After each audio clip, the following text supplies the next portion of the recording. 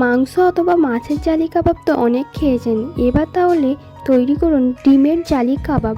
এই জালি কাবাবটা তৈরি করলে ইফতারের প্লেট সঙ্গে সঙ্গে ফাঁকা হয়ে যাবে। আসসালামু আলাইকুম everyone, welcome back to my channel Rufus কুকিংয়ে আপনাদের সকলকে স্বাগতম। আজকে আমি তৈরি করব ইফতার স্পেশাল ডিম আলুর জালি কাবাব। এই কাবাবগুলি তৈরি করতে কোনো ঝামেলা নেই, খুব সহজে ঘরোয়া মশলায়, আর এর টেস্ট আলহামদুলিল্লাহ অনেক মজার। আশা করছি আপনাদের কাছে ভিডিওটা ভালো লাগবে। তো ডিমের জালি কাবাব বানানোর জন্য প্রথমেই আমি নিয়ে নিয়েছি 2টি সিদ্ধ ডিম আর 1টি সিদ্ধ আলু। এবার আমি ডিমটা কেটে ডিমের সাদা অংশ আর কুসুমটাকে আলাদা করে নিচ্ছি। এবার একটা ছুরির সাহায্যে ডিমের সাদা অংশটা ছোট ছোট কুচি করে কেটে নিচ্ছি। আপনারা চাইলে এখানে ডিমটা ছুরি দিয়ে না কেটে গ্রেটারের সাহায্যে গ্রেটও করে নিতে পারেন, কিন্তু এই কাবাবটা ডিম কুচি করে বানালেই খেতে বেশি মজার হয়, সেই সাথে দেখতেও অনেক বেশি সুন্দর লাগে। ডিমের সাদা অংশগুলিকে আমি একদম কুচি কুচি করে কেটে নিয়েছি। এবার এগুলোকে একটা বাটিতে তুলে রাখছি। এবার সিদ্ধ করা আলুটা গ্রেটারের সাহায্যে গ্রেট করে নিচ্ছি। আপনারাও চেষ্টা করবেন আলুটাকে হাত দিয়ে ম্যাশ না করে গ্রেটারের সাহায্যে গ্রেট করে নেবার।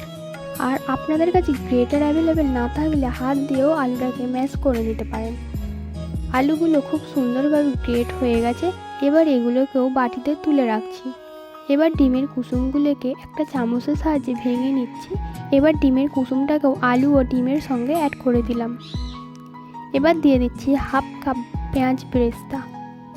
এই ডিমের জালি কাবাবে পেঁয়াজ বেরেস্তা অ্যাড করলে খুব দারুণ একটা ফ্লেভার আসে।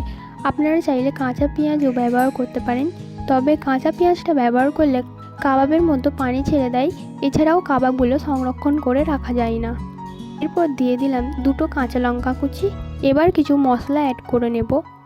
হাফ চামচ লঙ্কার গুঁড়ো, হাফ চামচ জিরের গুঁড়ো, অল্প একটু গরম মশলার গুঁড়ো আর স্বাদ মতো লবণ। এবার অ্যাড করব বাইন্ডিংয়ের জন্য 2 চামচ বেসন। বেসনের পরিবর্তে আপনারা এখানে চালের আটাও ব্যবহার করতে পারেন। এবার হাতের সাহায্যে সব কিছুকে খুব ভালোভাবে মিশিয়ে নেব।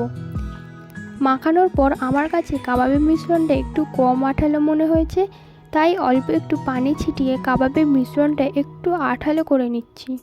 এবার আমি হাতে অল্প একটু মিশ্রণ নিয়ে কাবাব তৈরি করে নেব। দেখতেই পাচ্ছেন কাবাবগুলো খুব সুন্দরভাবে তৈরি হচ্ছে।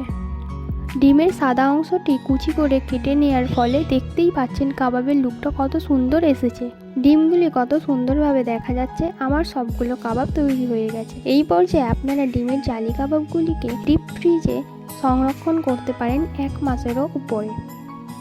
যখনই এই ডিমের জালি কাবাব খেতে ইচ্ছা করবে তখনই ফ্রিজ থেকে বের করে তেলে ভেজে নিলেই হবে। এবার একটি বাটিতে নিয়ে নিচ্ছি একটি ডিমে দিয়ে দিলাম 1 চিমটির মতো লবণ।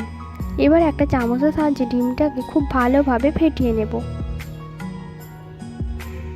আমি কাবাবগুলিকে ভাজার জন্য আগে থেকেই পরিমাণ মতো তেল গরম করে নিয়েছি। এবার আগে থেকে তৈরি করা কাবাবগুলো ফ্যাটানো ডিমে ডুবিয়ে তেলে দিয়ে দেব। আমি ফ্যাটানো ডিম হাতের আঙুলের সাহায্যে কাবাবের উপর দিয়ে জালি ক্রিয়েট করে নিচ্ছি। এবার একটা চামচের সাহায্যে তৈরি হওয়া জালিগুলো কাবাবের উপর লাগিয়ে দিচ্ছি। এই জালিটা তৈরি করা খুবই সহজ, যে কেউ একবার চেষ্টা করলেই পারবে। তো তৈরি হয়ে গেল একদম সহজ পদ্ধতিতে অল্প সময়ে অল্প খরচে ডিমের জালি কাবাব। ইফতারে যদি এত সুন্দর আর খেতে এত মজার কাবাব থাকে তাহলে কি আর কিছু লাগে বলুন।